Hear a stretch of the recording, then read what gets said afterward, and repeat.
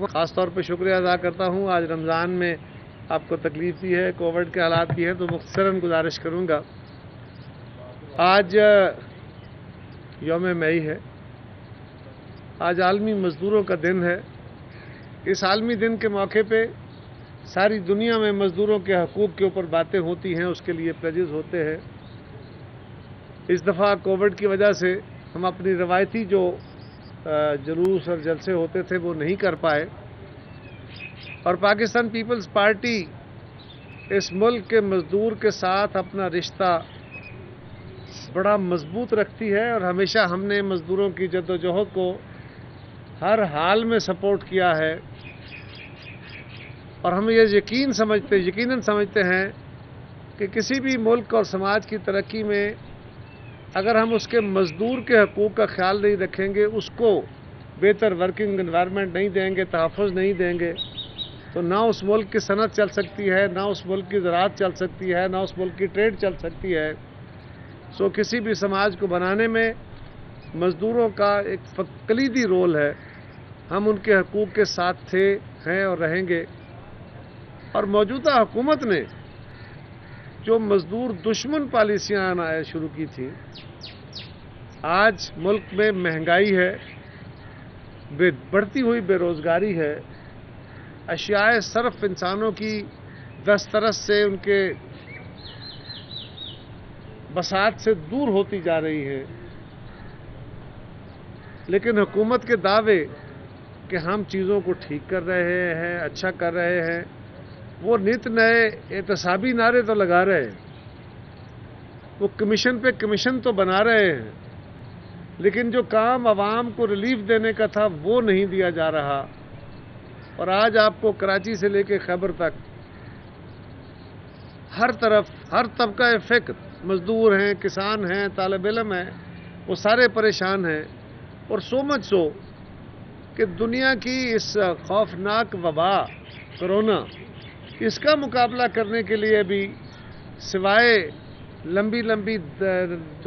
میٹنگیں کرنے کے انہوں نے عملاً کیا کیا کہ آج تک حکومت نے خود جو ٹائملی وقت پہ اس کی ویکسین کی پروکیورمنٹ تھی وہ نہیں کی. اور آج تک پاکستان کے اندر بڑی تھوڑی تعداد میں لوگوں کو ویکسین لگی ہے، اور اس میں بھی اکثریت وہ ہے جو ہمیں ڈونیشن ملی ہے. ساری دنیا اپنے شہریوں کو بڑی سپیڈ سے یہ میڈیسن لگوانا چاہتی ہے. پرائیویٹ سیکٹر میں میڈیسن آئی تو اس کے بارے میں نے پچھلی کانفرنس میں بھی کہا تھا کہ اس کی قیمت $10 تھی. پاکستان کے اندر اس کی لینڈڈ کاسٹ $45 ڈکلیئر کی گئی، اور وہ دوائی جو 2,500 3,000 یا 4,000 تک ویکسین پرائیویٹ سیکٹر میں لگ سکتی تھی، وہ 12,500 روپے تک لگائی گئی، اور اس میں بہت بڑی ڈکیتی کی گئی ہے. یہ حکومت کی نالائکی اور ناکامی ہے کہ وہ پرائیویٹ سیکٹر کو بھی الاؤ نہیں کر پائے، اور خود انہوں نے ٹائملی پروکیور نہیں کی. اب تک پاکستان کے اندر، جہاں ہم اس ریجن میں ہیں جہاں بڑی تیزی سے یہ وبا پھیل رہی ہے، الحمدللہ اللہ کا کرم ہے کہ ابھی ہمارے ملک میں اس قدر تیز صورتحال نہیں ہے، لیکن ہم سب کو اس پہ احتیاط کرنے کی ضرورت ہے. یہ سیکنڈ فیز، تھرڈ فیز بہت خوفناک ہے، لیکن اس پہ بھی حکومت کی نالائکی جو ہے وہ ان کے روایت کے مطابق ہے. اور میں خاص طور پہ پیپلز پارٹی کے تمام کارکنوں کو، اس ملک کے اندر اپوزیشن کی جماعتوں کو، کراچی کے اپنے پارٹی کے عہدیداران کو، پارٹی کے کارکنوں کو، اپنے اتحادیوں کو، سب کو مبارکباد دیتا ہوں کہ انہوں نے NA 249 کا الیکشن بڑی جانفشانی سے لڑا، بڑی محنت سے لڑا، اور اس الیکشن میں کامیابی حاصل کی ہے. یہ الگ بات کہ اس کامیابی کو دھاندلی کے نعروں میں چھپانے کی، دبانے کی کوشش کی گئی ہے، جو قابل افسوس ہے. وہ بڑا واضح الیکشن تھا، اس میں کوئی ایسا نہ ڈیلے کی بات ہے، نہ اس میں صوبائی حکومت کی طرف سے کوئی مداخلت ہوئی ہے. سارا دن میڈیا اس الیکشن کو ایک پولنگ سٹیشن کو کور کرتا رہا. کسی چینل پہ، کسی پولنگ سٹیشن پہ کسی بے ضابطگی کی کوئی اطلاع نہیں ہے، کسی جماعت نے کوئی شکایت نہیں کی. اور یہ کہ جی 5 بجے پولنگ بند ہوا تو اس کے بعد فوری طور پہ رزلٹ آ جانے چاہیے تھے. یاد رکھیے 5 بجے 5:30 بجے پولنگ بند ہوا اور اس کے بعد گنتی ہوئی ہوگی. 7 بجے وہاں تقریباً 7 بجے کے قریب وہاں پہ روزہ افطاری ہوتی ہے. افطار کے بعد وہ پولنگ ایجنٹس جو ہیں یا پولنگ افسر جو ہیں پریزائڈنگ افسرز اپنے عملے کے ساتھ اپنا سامان جمع کرانے کے لیے ریٹرننگ افسر کے آفس گئے. 276 پولنگ سٹیشن ہیں. کوئی آدھے گھنٹے میں پہنچا ہوگا, کوئی گھنٹے میں پہنچا ہوگا. میکسیمم شہر ہے, زیادہ دور تو نہیں تھے, لیکن ایک جگہ پہ اگر 276 پولنگ سٹیشنوں کا عملہ پہنچے اپنے سامان کے ساتھ اور انہوں نے وہ جمع کرانا ہے, وہ بیگ جمع کرانے ہیں, وہ فون جمع کرانے ہیں اور اس کی رسید لینی ہے, تو اگر ایک رجسٹر میں سارا کچھ انٹر ہو رہا ہے, اس کی انٹری ڈالنی ہے 276 پولنگ سٹیشنوں کی, اگر ایوریجلی 1 سے 1.5 منٹ ایک پولنگ سٹیشن کو لگے, 1 سے 1.5 منٹ, 276 پولنگ سٹیشنوں پہ کوئی 400 منٹ لگتے ہیں. اس کے بعد یہ ریکارڈ جمع ہونے کے بعد جو فارم 45 ہے وہ جمع ہوتا ہے, اور وہ فارم 45 276 وہ پنچ ہونے ہیں کمپیوٹر میں, فیڈ ہونے ہیں, اور اس کے اندر اگر 25 سے کتنے ان کے کینڈیڈیٹ تھے, ہر کینڈیڈیٹ کا الگ الگ انہوں نے انٹری کرنی ہے. اگر ایوریجلی 2 منٹ لگے یا وہاں بھی 1.5 منٹ لگا لیں, کانسٹنٹلی وہ پنچ کر رہے ہوں یا انٹری کر رہے ہوں, تو 1.5 منٹ میں 25, 26, 27 جو کینڈیڈیٹ ہے, بھلے کسی کا 0 بھی ووٹ ہو تو اس کا 0 تو لکھنا ہے نا. اسی طرح باقی ہر جمع, پھر انہوں نے ذمہ داری سے اس کو چیک بھی کرنا ہے کہ صحیح لکھا گیا کہ نہیں. 1.5 منٹ اس کا لگے تو 3 منٹ اگر ایک پولنگ سٹیشن کا یہ ڈیٹا مکمل کرنے پہ لگتے ہوں تو 276 پولنگ سٹیشنوں پہ کتنے منٹ لگیں گے؟ کوئی 800 منٹ لگے گا. 800 منٹ کے کتنے گھنٹے بنتے ہیں؟ کوئی 14 گھنٹے بنتے ہیں. 14 نہ صحیح 10 گھنٹے صحیح, 10 گھنٹے نہ صحیح 8 گھنٹے صحیح. 8 بجے کے پہنچنے کے بعد 8 گھنٹے اور شامل کریں تو صبح 4 بج جاتے ہیں. اور کوئی الیکشن ایسا نہیں ہے جس کا نتیجہ 8-10 گھنٹے سے پہلے آفیشیل رزلٹ اناؤنس ہوا ہو, کیونکہ وہ رزلٹ کنسولیڈیٹ ہوتا ہے, وہ فارم 47 تیار ہوتا ہے. ہاں وہاں پہ آپ کے ساتھی بھی پولنگ سٹیشنوں سے رزلٹ لے رہے ہوتے ہیں, ہمارے پولنگ ایجنٹ بھی لے رہے ہوتے ہیں. پھر یہ بھی کہا گیا کہ جی ایک جماعت کی طرف سے کہ پہلے کوئی 180 پولنگ سٹیشنوں پہ تو ہم جیت رہے تھے. حالانکہ یہ خلاف حقیقت بات ہے. جیو پہ یا باقی چینلز پہ پہلے 40 پولنگ سٹیشنز تک یہ تھا کہ ان کو لیڈ تھی چند 100 ووٹوں, اور اس کے بعد مسلسل پیپلز پارٹی کی لیڈ رہی. یہ ریکارڈ شاہد ہے اس بات کا. پھر یہ کہنا کہ جی پھر یہ بھی ہوتا ہے کہ ہر حلقے میں کچھ پولنگ سٹیشن جہاں پہ کسی ایک کینڈیڈیٹ کی زیادہ اکثریت ہوتی ہے, کسی علاقے میں دوسرے کی زیادہ اکثریت ہوتی ہے. اگر ایک علاقے سے ووٹ آئے اور میرے ووٹ زیادہ آ گئے اور دوسرے علاقے سے چودھری منظور صاحب کے آ گئے, تو میں کہوں جی جہاں سے میرے ووٹ زیادہ آئے تب میرے ہی زیادہ آنے چاہیے. تو کیا یہ ممکن ہے؟ خلاف حقیقت ایک نعرے بازی شروع کر دی گئی کہ ہم سے الیکشن چوری ہو گیا, ڈسکا 2 ہو گیا, فلان ہو گیا. کوئی بندہ, ہاں اگر کسی جماعت کسی فرد کو یہ شکایت ہے کہ ان کے پاس فارم 45 ہے اور جو ایڈ ہوا ہے, ہمیں بھی پہلے ڈیلے پہ ڈاؤٹ تھا, ہمیں بھی ڈیلے پہ ہم بھی شاکی تھے, لیکن جب انہوں نے وضاحت کی رات کو 11:30 بجے ریٹرننگ افسر نے کہ میرے پاس سارا عملہ پہنچ گیا ہے لیکن اب مجھے ٹائم تو لگے گا. اگر کوئی جماعت اپنا ڈکلیئر کر رہی ہے تو وہ ذمہ داری سے نہیں کر رہی. اگر میڈیا کے اندر کوئی چینل اپنے طور پہ کوئی رزلٹ دے رہا ہے تو وہ رسپانسبل نہیں ہے, بٹ ریٹرننگ افسر نے جب رزلٹ دینا ہے تو اس نے کنسولیڈیٹ کر کے تسلی سے رزلٹ دینا ہے. وہ اس طرح نہیں کر سکتا. آپ سے غلط رپورٹنگ ہو سکتی ہے, ہمارے ساتھی ہمارے جو پولنگ ایجنٹس ہوتے ہیں وہ ہمیں غلط خبر دے سکتے ہیں. اور پھر یہ بھی ہوتا ہے جہاں سے الیکشن جیتا جاتا ہے وہ تو فوری طور پر رزلٹ لے کے آتے ہیں, اور جہاں سے الیکشن ہار جاتا ہے ایجنٹ ریٹرن نہیں ہوتے پھر وہ اپنی پریشانی مایوسی میں. وہ ایک بڑا فیئر الیکشن تھا. پیپلز پارٹی نے وہاں کراچی میں ان کا ضلع بنایا ہے. ہمارے کینڈیڈیٹ پچھلا الیکشن لوز کرنے کے بعد مسلسل فیصل واؤڈا کے خلاف نہ صرف سپریم کورٹ تک کیس لڑے بلکہ انہوں نے اپنے حلقے کے ساتھ بھی مسلسل رابطہ رکھا، ان کی تنظیم نے بھی رابطہ رکھا، انہوں نے بہت سارے لوگ اپنی جماعت میں شامل کرائے جو کسی دباؤ کے نتیجے میں نہیں تھے، کوئی شکوہ، کوئی شکایت، کوئی کمپلینٹ نہیں ہے۔ اس کے باوجود کچھ لوگوں کو یہی گمان ہے کہ ہم ہی جیتیں گے، تب اس کا علاج تو کسی کے پاس نہیں ہے۔ آخری گزارش یہ ہے کہ ہمارے کچھ ساتھیوں کو یہ مسئلہ ہے کہ وہ کہنے کو تو حکومت کے مخالف ہیں اور حکومت سے جان چھڑانا چاہتے ہیں، ہم سے بھی استعفوں کا مطالبہ کرتے ہیں یا کرتے تھے، لیکن خود حکومت کو گرانے سے اعتراض کر رہے ہیں۔ یہ بات محترمہ مریم نواز شریف صاحبہ نے بھی کہی ہے کہ وہ بزدار حکومت کو نہیں گرانا چاہتے، اس حکومت کو نہیں گرانا چاہتے۔ یہ بات شاہد خاقان عباسی صاحب نے کہی ہے کہ میاں نواز شریف صاحب نے پہلے پیپلز پارٹی کی تجویز نہیں مانی، اب وہ جہانگیر ترین کی تجویز بھی نہیں مانیں گے، اور ہمارے بغیر پنجاب میں تبدیلی نہیں آ سکتی، لہٰذا اب بھی ہم وہ بات نہیں مانیں گے۔ اسی طرح رانا تنویر صاحب نے کہا کہ ہمیں تو بزدار سوٹ کرتے ہیں، تو اندر کی باتیں کھل کے سامنے آ گئیں، اور اب کوئی شک نہیں رہ گیا کہ وہ خود اس حکومت کو ختم نہیں کرنا چاہتے، بلکہ پچھلے دنوں وزیر اعظم صاحب نے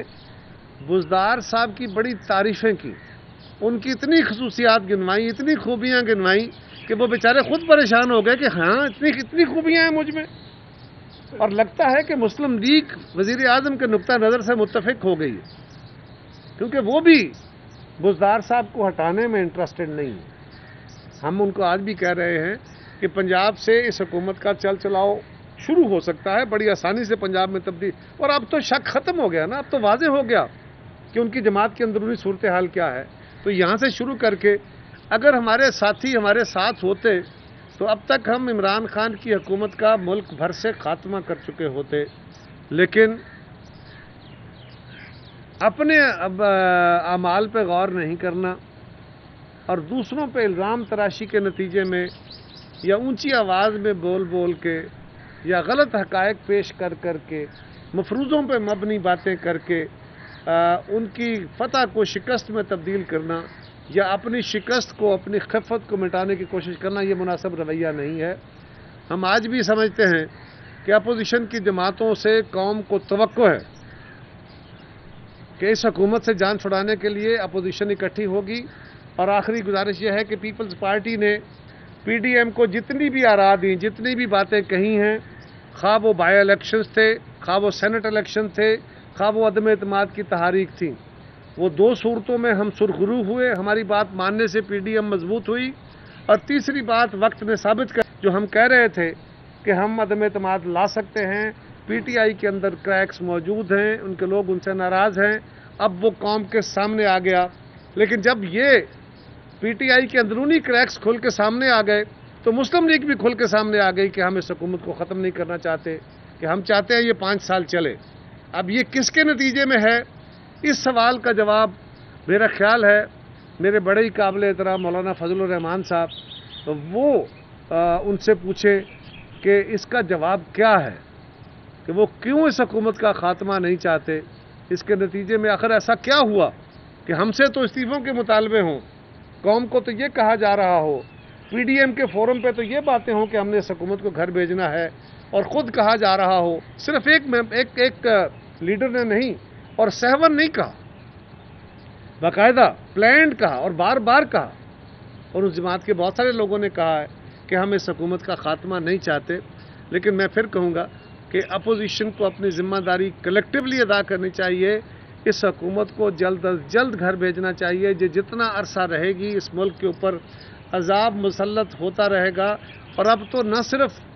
پی ٹی آئی کے اندرونی کریک واضح ہو رہے ہیں، اب تو اور بہت ساری جگہوں پہ کریک سامنے آ گئے ہیں، لہٰذا اب تو ہماری منزل آسان ہے اگر مسلم لیگ اس میں ہمارا ساتھ دے۔ ایک ملک صاحب میں قاہرہ صاحب کی اجازت سے یوم مئی کے حوالے سے میں 1-2 باتیں کہنا چاہ رہا ہوں، امپورٹنٹ ہے کہ آج یوم مئی ہے، پاکستان پیپلز پارٹی خاص کر مزدوروں کے لیے بہت بڑے کام کیے۔ بھٹو صاحب جب آئین بنانے لگے تو آرٹیکل 11 سے لے کر 35 تک جو ساری شکیں ہیں ان کے اندر لوگوں کو رائٹ آف ایسوسیشن دیا، ٹریڈ یونین بنانے کا حق دیا، چائلڈ پروٹیکشن کے اوپر سارے کیے گئے۔ بھٹو صاحب نے بہت سارے ادارے بنائے، ورکرز ویلفیئر فنڈ، EOBI سے لے کر سوشل سیکیورٹی سے لے کر سارے، لیکن آج بدقسمتی یہ ہے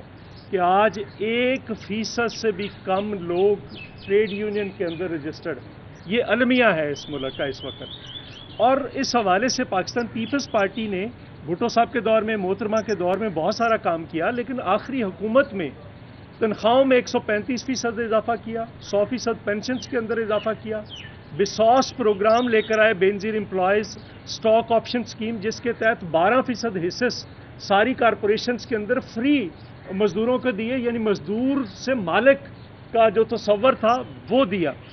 پھر اس کے علاوہ 2010 کی لیبر پالیسی دی، 1972 کے بعد لیبر پالیسی، قاہرہ صاحب اس کیبنٹ کا حصہ تھے، خورشید شاہ صاحب منسٹر تھے، یہ کیا۔ 3.5 لاکھ لوگوں کو جو کانٹریکٹ اور ڈیلی ویجز تھے ان کو ریگولر کیا۔ اس کے علاوہ جتنے فلیٹس تھے، بہت سارے اور بھی ہیں، ڈیتھ گرانٹ 5 لاکھ کی، شادی میرج گرانٹ کی، بہت سارے لوگ کام کیے، لیکن میں جس امپورٹنٹ پوائنٹ آپ کے سامنے رکھنا چاہتا ہوں کہ ٹوٹل 1947 سے لے کر 2008 تک جتنے فلیٹس بنے تھے مزدوروں کے لیے، ورکرز ویلفیئر فنڈ اور EOBI میں جو رجسٹرڈ لوگ تھے، 2008 سے 2013 تک اتنوں کی بنیاد رکھی اور کام شروع ہوا۔ اب وہ مکمل ہوئے ہیں۔ نواز شریف کے دور میں بھی اس پہ کام جاری رہا، ہم نے تو تیزی سے کیا، لیکن باقی حکومتوں نے۔ اس کے لیے اصول یہ ہے کہ وہ صرف رجسٹرڈ ورکر کو ملے گا جو EOBI کے اندر کم از کم 5 سال کی پینشن لے رہا ہے۔ وہ آج نیا پاکستان ہاؤسنگ پروگرام کا جو فراڈ ہے، اب سارے اس میں شامل کر لیے گئے ہیں، اور وہ ورکرز کی بجائے اپنے کارکنوں کو دیے جا رہے ہیں اس اسکیم کے تحت۔ اپنا تو کوئی مکمل نہیں کیا۔ لاہور میں انہوں نے یہ کیا ہے، اسلام آباد میں انہوں نے یہ کیا ہے، اب ٹیکسلا کے اندر 1000 فلیٹ ہے جو یہ کرنے جا رہے ہیں۔ پاکستان پیپلز پارٹی اس عمل کی مذمت کرتی ہے، اور ہم گورنمنٹ کے پیسے سے یہ گورنمنٹ کے نہیں ہیں، یہ ورکرز ویلفیئر فنڈ کے پیسے سے بنے ہیں، یہ ان کا رائٹ ہے، اور ہم آج اعلان کرتے ہیں کہ اگر یہ انہوں نے واپس نہ کیے تو ہم اس کے خلاف عدالت بھی جائیں گے، اور جو اسٹریٹ کا راستہ ہے، جو اس کے خلاف مظاہرے ہیں، وہ بھی کووڈ کے بعد منظم کریں گے، اور ہر فورم پہ اس کے خلاف۔ صاحب یہ فرمائیں کہ مولانا فضل الرحمان نے کہا ہے کہ پیپلز پارٹی نے خواہش ظاہر کی وہ PDM میں واپس آنا چاہتے ہیں، اور اس کے لیے میں نے انہیں کچھ شرائط سامنے رکھے ہیں۔ یہی نہیں ہے۔ ایک تو یہ کہ اس بات میں کتنی حقیقت ہے کہ آپ نے درخواست کی ہے واپسی کے لیے، دوسرا یہ کہ مسلم لیگ نون کا یہ جو طرز عمل ہے پارٹی کے ساتھ جو تازہ ترین ہے، اس کے بعد کیا کتنے امکانات ہیں کہ آپ اکٹھے چل سکتے ہیں PDM میں؟ پہلی گزارش یہ ہے کہ ہم نے نہ PDM چھوڑی ہے، نہ ہم PDM چھوڑنا چاہتے ہیں، ہم تو PDM بنانے والے ہیں۔ ہم تو اس ملک کے اندر آئین کی حکمرانی کرنے کا خواب جو ہے اس کو عملی تعبیر پہنانے کے لیے ہم تو سارے جہان کی کوششیں کرنے والے ہیں۔ ہم تو 1970 سے لے کے آج تک اسی لڑائی میں شامل ہیں۔ ہم کہیں گئے نہیں تو ہم نے واپس کیا آنا ہے۔ ہم نے وہاں جو ہمارے ساتھ سلوک کیا گیا، خاص طور پہ ایک جماعت کے عہدیداروں کی طرف سے، اس پہ ہم نے اپنا احتجاج کیا تھا، اور وہ مولانا کے پاس موجود ہے، ساری قوم کے سامنے ہے۔ ہمیں توقع ہے کہ اس کے بعد جو صورتحال ہے وہ اور زیادہ کھل کے سامنے آ گئی ہے، اور اب PDM کی قیادت مولانا فضل الرحمان صاحب اس معاملے کو ضرور غور سے دیکھیں گے۔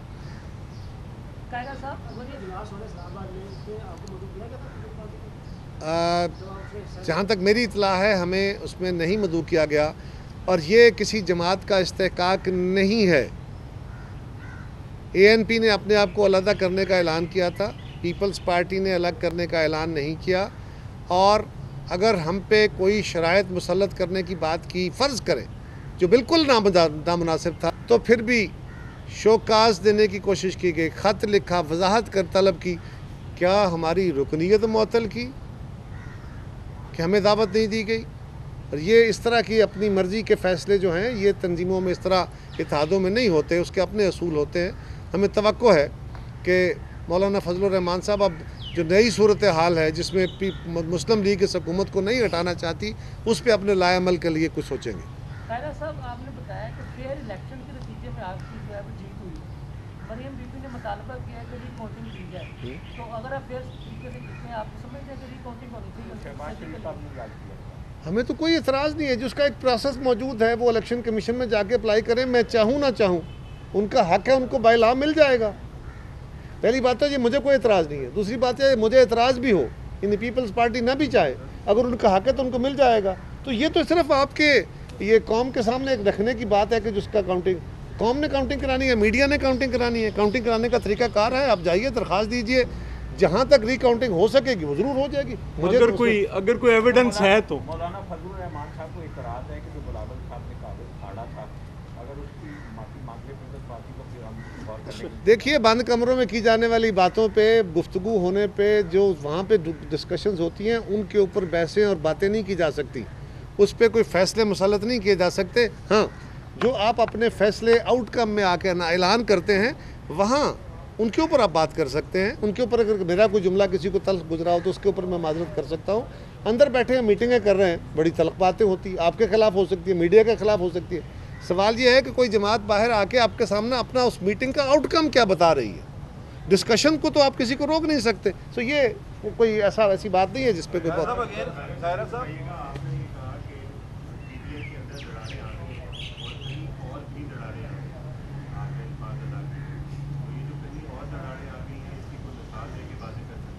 بس میں اس پہ صرف اتنی مثال دے سکتا ہوں کہ پچھلے 2 ہفتوں میں یا 1.5 ہفتوں میں 2 بریفنگز ہوئی ہیں اینکرز کی، ان بریفنگز کو آپ نے رپورٹ کیا ہے میڈیا نے، ان کو پڑھ لیجئے اور میری بات آپ کو سمجھ آ جائے۔ خیرہ صاحب، یہ فرمائیے گا کہ جس طرح آپ نے فرمایا ابھی کہ مسلم لیگ نون نے یہ عندیہ دے دیا ہے کہ اب وہ حکومت گرانے کے حق میں نہیں ہے، اگر ایسی ہی بات ہے تو پھر پی ڈی ایم کا کیا جواز باقی رہ جاتا ہے؟ اس سوال کا جواب میں نہیں دیتا، اس سوال کا جواب مولانا فضل الرحمان صاحب سے پوچھیے۔ ہم اس بات پہ قائم ہیں اور ہم سمجھتے ہیں کہ اس حکومت کا فوری طور پہ جانا اس ملک کے لیے بہت ضروری ہے، ورنہ انہوں نے کشمیر سے لے کے پاکستان کے اندرونی حالات تک، پاکستان کی دنیا کے ساتھ جو تعلقات ہیں، اس کووڈ کی صورتحال پہ، اکانومی پہ، مزدوروں کے ساتھ تعلقات پہ، اس ملک کی فیڈریشن کے ساتھ جو کھلواڑ کیے ہیں، اور اب تو وہ خود مان رہے ہیں۔ جو کارٹل توڑنے آئے تھے وہ تو کارٹلز کے سب سے بڑے خود محافظ آ کے کھڑے ہو گئے ہیں۔ آج میں میڈیا کے ذریعے یہ پوچھنا چاہتا ہوں، اس ملک کے عدالتوں سے بھی سوال کر رہا ہوں، اس ملک کے دانشوروں سے بھی، حکومت سے بھی، میڈیا سے بھی سوال کر رہا ہوں، صرف مجھے یہ بتا دیا جائے، جہانگیر ترین صاحب، انہوں نے کلیم کیا کہ میرے ساتھ جاتی ہوئی ہے، ان کا حق ہے کلیم کرنا، وہ اس کے لیے ایجیٹیٹ کر سکتے تھے، اپنی جماعت میں بات کر سکتے تھے۔ ان کے لیے وزیر اعظم صاحب نے پہلے انہیں کہا کہ وہ چینی کے اسکینڈل میں ہیں، ان کے اوپر کیسز بنے ہیں، فلان ہے، پریشر آیا تو انہوں نے اپنی جماعت کے ایک سینیٹر کو ان کے معاملے کو اوور ویو کرنے کا نمائندہ مقرر کیا ہے۔ وہ ایف آئی اے کو بلائیں گے، وہ جہانگیر ترین صاحب کو بلائیں گے، وہ باقی انویسٹیگیشن والوں کو بلائیں گے اور وہ اس کو ریویو کریں گے۔ میں قوم سے سوال کرتا ہوں، میں اس ملک کے چیف جسٹس سے سوال کرتا ہوں، کس قانون کے تحت ایک سیاسی جماعت اپنے سیاسی عہدیدار کو کسی کرمنل ایلیگیشن پہ، میں جہانگیر ترین صاحب کے ایلیگیشن کو سچ نہیں کہہ رہا، وہ ایک اپنی جگہ اپنا جواب دیں گے، لیکن کس قانون کے تحت وزیر اعظم نے وہاں مقرر کیا ہے ایک نمائندہ جو اوور ویو کرے؟ پھر تو ہر بندے کا یہ حق ہے۔ جج صاحبان، آپ غور کیجئے، اس معاملے کو دیجئے۔ میں آپ سے دستبستہ گزارش کر رہا ہوں کہ ہر پاکستان کے شہری کا، جن کو حکومت کے انتہائی گھٹیا ہتھ کنڈوں کا سامنا ہے، پھر ہر بندے کا حق ہے۔ پیپلز پارٹی بھی پھر یہ مطالبہ کرے گی، باقی مسلم لیگ بھی یہ مطالبہ کرے گی، اور جماعتیں بھی مطالبہ کریں گی کہ ہمارے لوگوں کے کیسز کو ریویو کرنے کے لیے ہمارا ایک بندہ جو قومی اسمبلی کا ممبر ہو، جو سینٹ کا ممبر ہو، اس کو ریویو کرنے کا اختیار دیا جائے۔ کیا یہ اختیار دیں گے؟ اور کیا کسی ایک جماعت کو یا کسی ایک فرد کو اختیار دینا یہ آئین کے مطابق، قانون کے مطابق ہے؟ یہ میرا قانون کے رکھوالوں سے سوال ہے۔ خیرہ صاحب، یہ بتائیں کہ یہ کشمیر کے حوالے سے جو